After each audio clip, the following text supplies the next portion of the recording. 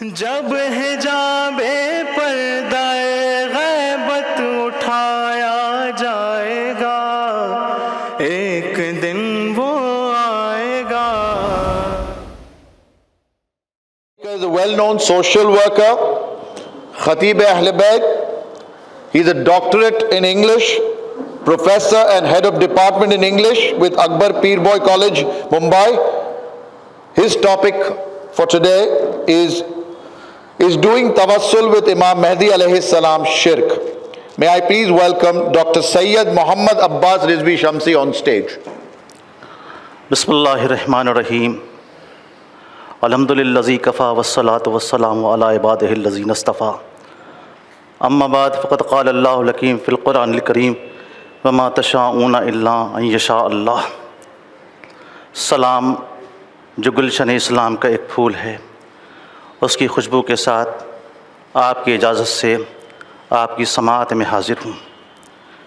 جیسا کہ ہمارے علم میں ہے کہ ہماری آج کی اس گفتگو کا سبجیکٹ موضوع ہے کیا امام زمانہ اجل اللہ تعالیٰ فرجہ الشریف سے توسل شرک ہے۔ اس کا جائزہ لینے کے لیے دامن وقت میں اتنی گنجائش تو نہیں، لیکن جو ریلیونٹ ایبسٹریکٹس ہیں وہ میں آپ کے سامنے پیش کروں گا، جو ایک کی کا کام کریں گے آگے کے دریچوں کو کھولنے کے لیے۔ آپ جانتے ہیں اللہ ایک ہے، وہ ایسا ایک ہے جسے کہ کسی نے اسے ایک بنایا نہیں، یا کئی چیزوں سے مل کے وہ ایک بنا نہیں، کیونکہ وہ احدیت اور صمدیت کا حامل ہے۔ اس کی توحید ایک مطلق حقیقت، ایبسولوٹ ریئلٹی ہے۔ آپ کو معلوم ہے کہ جب یکتائی سے کبریائی کو ملا دیا جاتا ہے تو یا کبریائی کو یکتائی سے جوڑ دیا جاتا ہے تو اسی کا نام توحید ہوتا ہے، اور جب کبریائی کو یکتائی سے الگ کر دیا جاتا ہے تو اسی کا نام شرک ہوا کرتا ہے۔ لا الہ الا اللہ کے ساتھ اللہ اکبر اور اللہ اکبر کے ساتھ لا الہ الا اللہ کا بلا فصل ہونا، اسی کا نام توحید ہے۔ ایسی توحید کی حامل واجب الوجود غیب الغیوب میں رہتے ہوئے جب ارادہ الہی کے تحت لہجہ الہی میں کنتو کنزن مخفیہ کی گھن گرج کے ساتھ معرفت کے باب کو وا کرتا ہے اور تخلیق کی کائنات کی بنیاد رکھتا ہے۔ پھر ہم دنیا کے سینریوں پر یہ دیکھتے ہیں کہ ایک نور الہی ہے جو ممکن الوجود بن کر پورے جہان تخلیق کو، اپنے خلق کو اپنے احاطے میں لے رہا ہے۔ آپ دیکھیں آدم علیہ السلام کی پیدائش ہو گئی، ملائکہ ان کے پاس موجود ہیں مگر پشت کی طرف ہیں۔ آدم نے اللہ سے کہا، میرے مالک ان سے کہہ دے کہ میرے سامنے آئیں، کیونکہ ہم بشر بھی ہیں اور انسان بھی ہیں۔ انسان وہ ہوتا ہے جو بغیر انسیت کے جی نہیں سکتا، بشر وہ ہوتا ہے جو بغیر خوشی کے رہ نہیں سکتا۔ تو اللہ نے آدم سے کہا کہ یہ مسجود ملائکہ ہیں، انہوں نے آپ کو سجدہ کیا ہے، آپ خود انہیں حکم صادر کریں، یہ سامنے آ جائیں گے۔ صفی اللہ نے کہا، تم سب میرے سامنے آؤ، پشت کی طرف کیوں کھڑے ہو؟ تو کہا صفی اللہ میں ہم آ جاتے، مگر کیا کروں، اللہ نے آپ کی پشت میں ایک نور کو رکھا ہے، جدھر جدھر وہ نور رہے گا ادھر ادھر ہم رہیں گے۔ تو آدم نے پھر اللہ سے کہا، میرے مالک جب وہ نور اتنا محترم ہے تو اسے میری پشت میں نہیں بلکہ اس کو میری پیشانی میں ہونا چاہیے۔ وہ نور پشت سے اٹھ کر کے پیشانی میں آ گیا، ملائکہ سامنے آ گئے۔ آدم علیہ السلام نے کہا، میرے مالک وہ نور جب اتنا محترم ہے جو پیشانی میں آ گیا تو ساری دنیا ہماری پیشانی میں اس کی زیارت کرے اور ہم خود اس کی تجلیات سے محروم رہ جائیں، تو میرے مالک اسے میرے ہاتھ میں بھیج دے تاکہ ہم زیارت کریں بھی اور زیارت کرائیں بھی۔ जैसे ही वो नूर हाथों में उतरा 5 उंगलियों में मुनक़सिम हो गया, 14 पोरों में बट गया, पंजतन बना, चहारदा मासूमीन बना।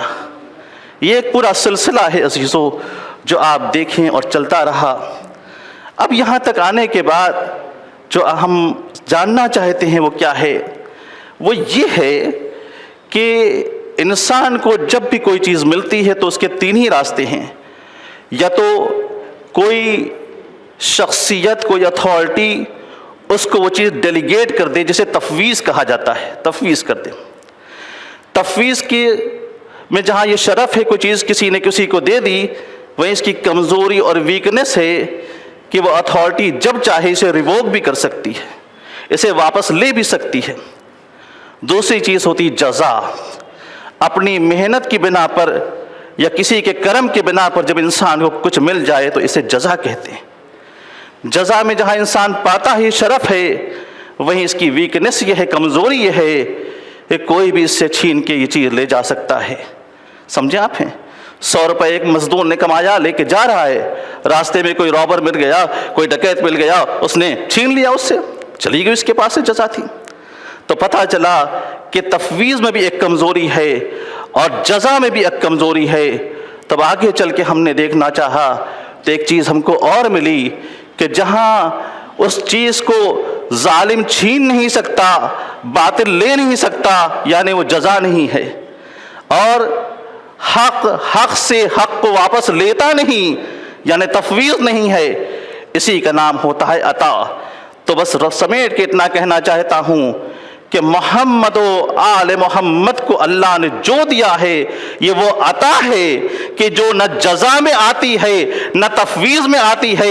इसके माने जो इनके पास आ गया सुबह क़यामत तक बाकी रहेगा, और बाकी रहना इस बात का सबूत है, ये मालिक का कमाल एतबार है मोहम्मद व आले मोहम्मद की ज़ात मुक़द्दसा पर। अब जब सब उसने दे दिया तो इन्हें पुकारना क्या शिरक होगा?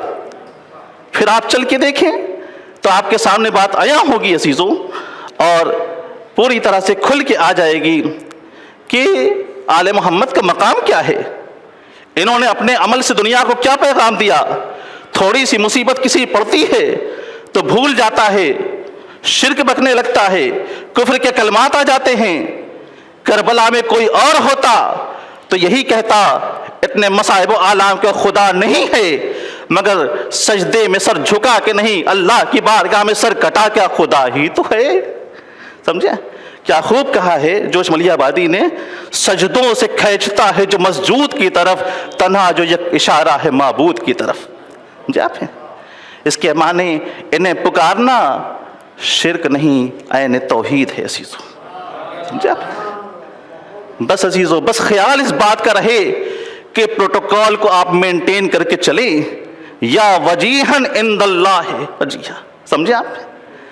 बस इतना प्रोटोकॉल मेंटेन रहे कि जो इन्होंने फरमा दिया कि बस ये जानना हमारे उसके बीच क्या फर्क है, वो है, हम हैं इस चीज़ों। बस बात को तलखीस करते, फिर क्यों इन्हें पुकारना? देखिए अल्लाह की ज़ात वो है जो रहमान भी है और रहीम भी है। रहमान बन के वो अपने फजल को जारी करता है, रहीम बन के वो अपने अदल को जारी।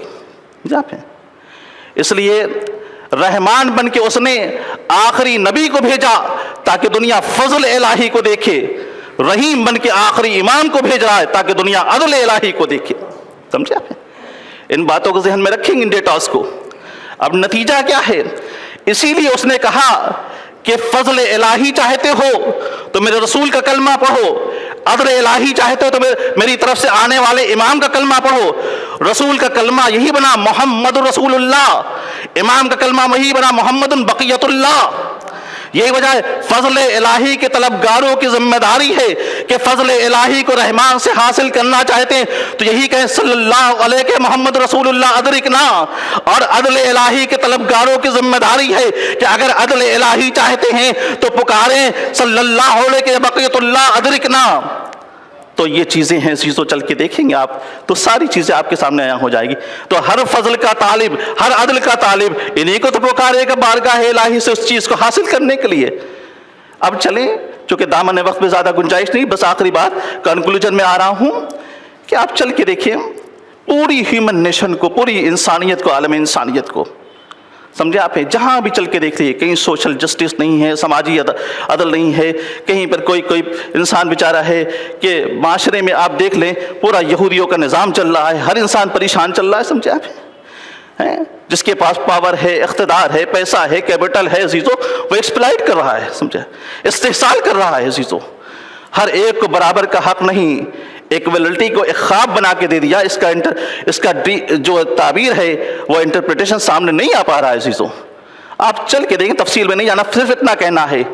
तो एक साइन ऑफ इंटीग्रेशन, एक सवालिया निशान उभर के आता है कि कौन है जो इस टॉर्चर ह्यूमैनिटी को कंसोल कर सके और मजलूम को उसका हक दिला सके, ज़रूरतमंद की ज़रूरत को पूरा कर सके अजीज़ों। मैंने एक प्रोग्राम में मैं भी मौजूद था, मेरे मामू जान मुफक्किर इस्लाम प्रोफेसर डॉक्टर सैयद अबुल कासिम रज़वी साहब ताबसरा ने बहुत अच्छी बात कही थी कि इस चीज़ को समझने के लिए उसी तज्ज़िये को आपके सामने पेश कर रहा हूँ कि पूरी ह्यूमन नेशन को अगर एकेडमिक पॉइंट ऑफ व्यू से हम क्लासीफाई करें अजीज़ों, समझे आप, उसका क्लासिफिकेशन करें, दर्जाबंदी करें, तो हमारे सामने ये आता है कि 4 हिस्सों में बंटती है। एक आलम इंसानियत का तबका वो है जो कानून पर, लॉ पे भरोसा करता है, और एक आलम इंसानियत का तबका वो है जो तारीख पे, हिस्ट्री पे, इतिहास पे भरोसा करता है। एक आलम इंसानियत का तबका वो है जो फ़लसफ़े पे, फ़िलासफ़ी पे, दर्शन शास्त्र पे भरोसा करता है, और एक आलम इंसानियत का तबका वो है जो इल्म पर, नॉलेज पर, ज्ञान पे भरोसा करता है। जाहिर सी बात है, किसी को उम्मीद है कानून से कोई शख्सियत उठेगी और हमें कंसोल कर देगी, किसी को उम्मीद है कि तारीख से कोई हस्ती उभर के आएगी जो हमें नजात के किनारे पे पहुंचा देगी, किसी को उम्मीद है कि फ़लसफ़े की दुनिया से कोई शख्सियत उभर के आएगी और हमें अमन व अमान का पैगाम सुनाएगी, किसी को उम्मीद है इल्म की दुनिया से कोई हस्ती उभर के आएगी, कोई शख्सियत उभर के आएगी और हमारे बिलकने को एक खुशी में बदल देगी अजीज़ों। मगर यहाँ पे मसला ये हो गया कि अगर कानून की दुनिया से कोई उठ के आता है तो उससे कानून वाले तो मुतमईन हो जाएंगे, तारीख वाले नहीं होंगे। तारीख की दुनिया से कोई उठ के आता है तो उससे तारीख वाले तो मुतमईन हो जाएंगे, मगर फ़लसफ़े वाले नहीं होंगे।